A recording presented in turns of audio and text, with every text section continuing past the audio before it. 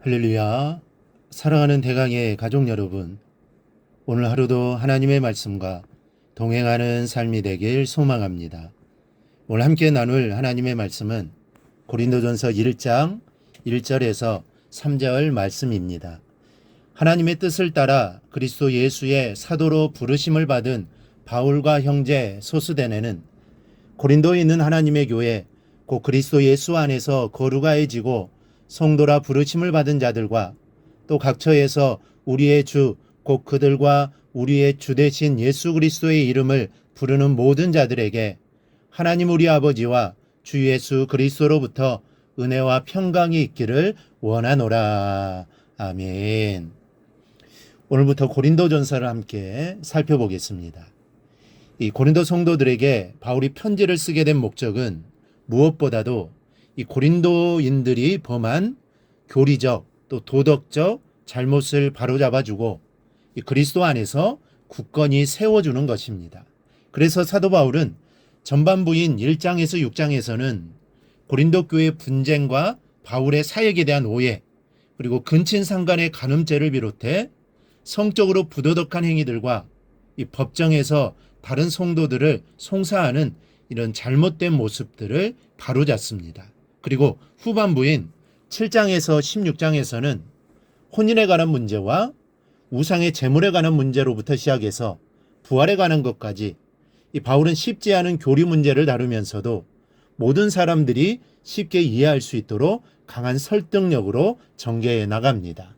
이제 우리는 고린도전서를 묵상하면서 내게는 고린도 교우들과 같은 문제는 없는가를 생각하면 그 문제가 바로 나의 문제요. 나의 말씀으로 받아야 합니다.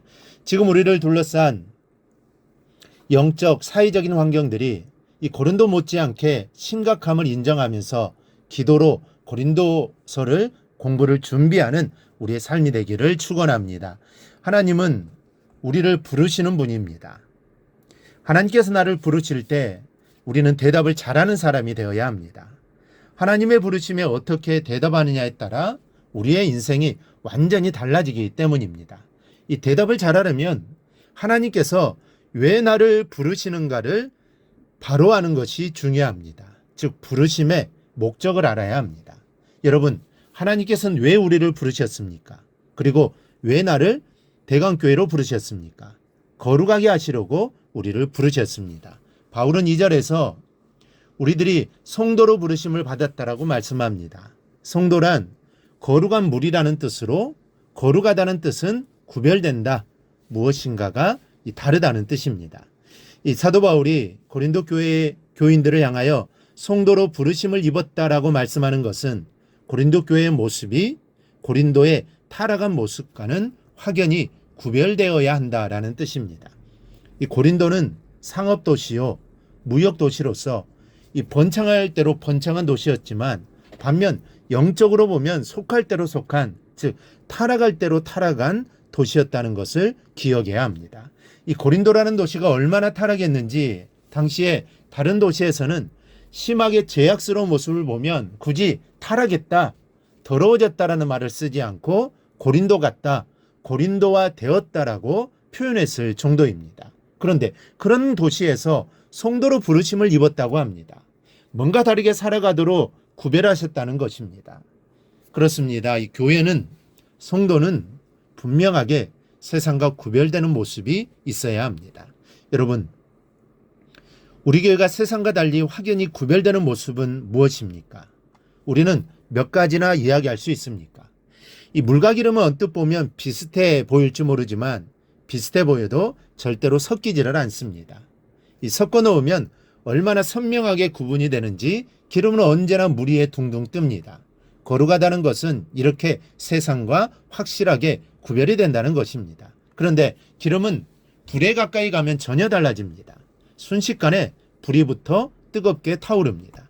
마찬가지로 세상과는 섞여 놓고 또 섞여 놓아도 자기를 잃지 않고 세상의 위에 분명하게 구별되는 것이 성도입니다. 그러나 성령께서 마음에 감동을 주시면 그 감동을 따라 물불 가리지 아니하고 전심을 다하는 것이 또한 성도입니다. 여러분, 이 사람들과 어울리다 보면 술자석에 끌려가 많이 먹지는 않지만 분위기를 맞추어 주느라 한두 잔 받기도 하고 따라주기도 합니다. 이 고스톱판에도 구경하다가는 끼어들기도 됩니다. 그렇다면 그런 모습을 가지고 있으면서도 성도라고 할 수 있을까요? 어떤 분들은 항변을 합니다. 술 한 두 잔 받아 마시는 것이 죄냐? 성경은 술 취하지 말라 했지 마시지 말라고는 안 했다. 이렇게 항변하는 사람들이 있습니다. 그러나 문제는 세상의 것과 함께 섞인다는 것이 문제입니다. 이 성도는 구별되어야 하는 것이지 섞이는 것이 아니기 때문입니다. 어쨌든 간에 어떤 이유로든 간에 할 수만 있다면 술자리 화투판에 섞이는 것보다는 섞이지 않는 것이 성도의 모습인 것만은 확실합니다. 그리고 성도는 오히려 세상을 빛으로 덮는 사람입니다. 미국의 자동차 정비업소에 일하는 잭 키드는 신앙이 좋고 인상도 좋은 청년입니다. 하루 종일을 미소로 손님들을 대하는데 억지 웃음이 아닌 진심에서 우러나오는 미소와 친절로 손님을 대합니다. 그리고 쉬지 않고 자신이 만난 예수님과 다니는 교회와 가르침을 주시는 목사님에 대해 자랑을 합니다.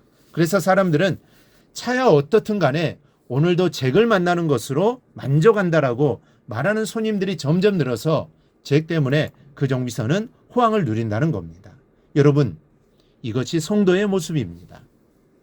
기름은 물과 섞여 놓으면 언제나 위로 떠서는 물을 덮지 밑으로 가라앉지는 않습니다.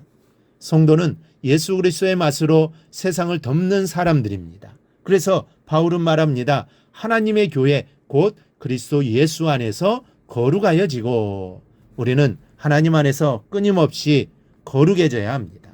이를 위해 부르심을 받았습니다. 오늘 하루 예수 안에서 거룩하게 되어지기를 기도하는 하루가 되기를 바랍니다. 그리하여 성도로서 거룩한 삶을 꼭 살아가기를 주님의 이름으로 축원합니다.